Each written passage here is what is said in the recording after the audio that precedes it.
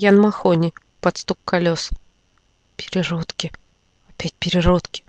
Подпрыгивают на задних лапах, пытаясь запрыгнуть на рог изобилия. Когти клацают по горячему металлу. Я смотрю в зеленые глаза существа, совсем еще недавно бывшего диадемой, и ощущаю, как поднимаются волосы на затылке. В ужасе отступаю. Ноги скользят на свежей крови. Я падаю на спину. Меня принимает в свои объятия мягкая трава. Голоса переродков удаляются. Кажется, я осталась одна. Я лежу на спине и смотрю на звездное небо. Странно. Не нахожу ни одного знакомого созвездия. С удивлением замечаю, что небо... Нет, звезды приближаются. Я ошибаюсь, это не звезды. Это розы. Белые розы с усиленным приторным запахом. С запахом президента Сноу. Становится нечем дышать. Этот запах душит меня. Я задыхаюсь. Теряю сознание. Последнее, что я слышу, это смех Сноу. Я с классом иду на экскурсию в шахту. Утром, уходя на работу, папа сказал мне: «Увидимся на экскурсии, детка». Условия работы в шахте просто ужасны. Но я знаю, что папа обрадуется, увидев меня. Мы долго идем по лабиринтам шахт, погружаясь все глубже и глубже под землю. Наконец я вижу силуэт отца. Не в силах сдержать радости от встречи, отделяюсь от группы одноклассников и бегу к нему. Нас разделяет всего пара метров, как земля начинает качаться у меня под ногами. Стены шатаются, сверху начинают сыпаться камни.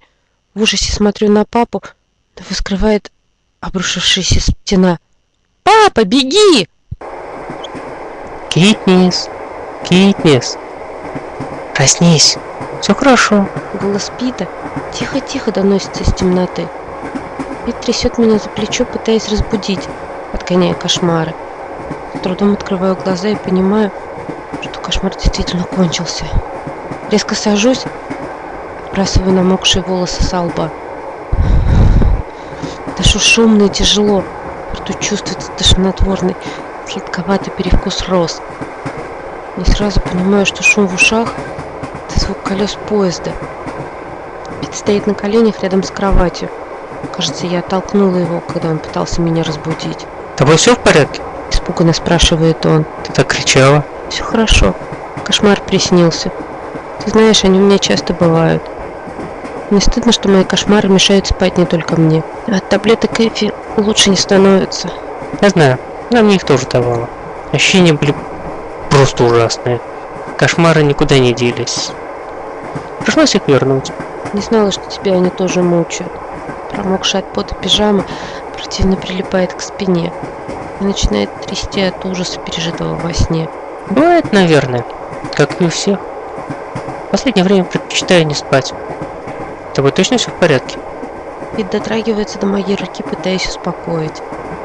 Ты вся дрожишь. Я могу только кивнуть. Закутываюсь во влажное одеяло, пытаюсь согреться, но ничего не выходит. Мне настолько холодно, что я начинаю стучать зубами.